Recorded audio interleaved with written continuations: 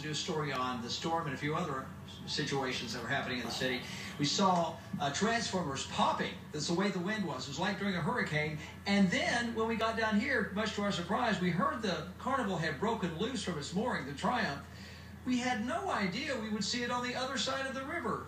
And right now it's kind of in the middle of the river. They are trying to release it from, we're not quite sure what. We have heard the anchors may be stuck, and they're trying to get this vessel out of the middle of the river to where it can be repaired. Now, we shot you video a little bit earlier today of damage on several areas of the strip. The most noticeable damage of the ship is in the stern, and you can probably see it either in the video or the live shot we're showing you now. There's a big gash about 20 feet long in one of the upper decks. In fact, we heard an announcement just a few minutes ago telling the people on board, which are crew members and also repairmen, to stay off of decks 4, 5, and 6. So it's still very much active on board, and of course there'll be a lot of investigation as far as the damage is concerned. There were many witnesses to what happened here.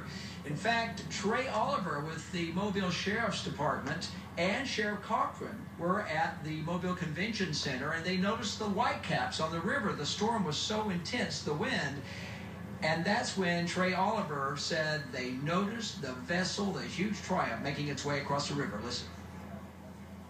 Just sort of stood there in disbelief, was trapped between the ship and the riverbank. We saw and other tugboats attempted to come to the rescue. They just couldn't get there in time.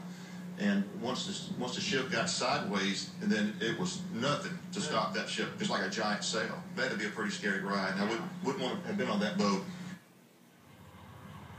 So there were actually 3 vessels involved, Greg. Of course, the Triumph, the Wheeler over there, which is Army Corps of Engineers vessel, and the tugboat that got sandwiched in between the Triumph and the dock. We're going to hear more from other witnesses later on tonight at 6. All right, Darwin, as we mentioned back on February 14th, there were no fatalities after the Triumph caught fire out at sea and then limped back into Mobile. But unfortunately today, whether it was through contact with the Triumph or seriously the wind just blowing over that guard shack over at BAE Systems, let's go now to Local 15.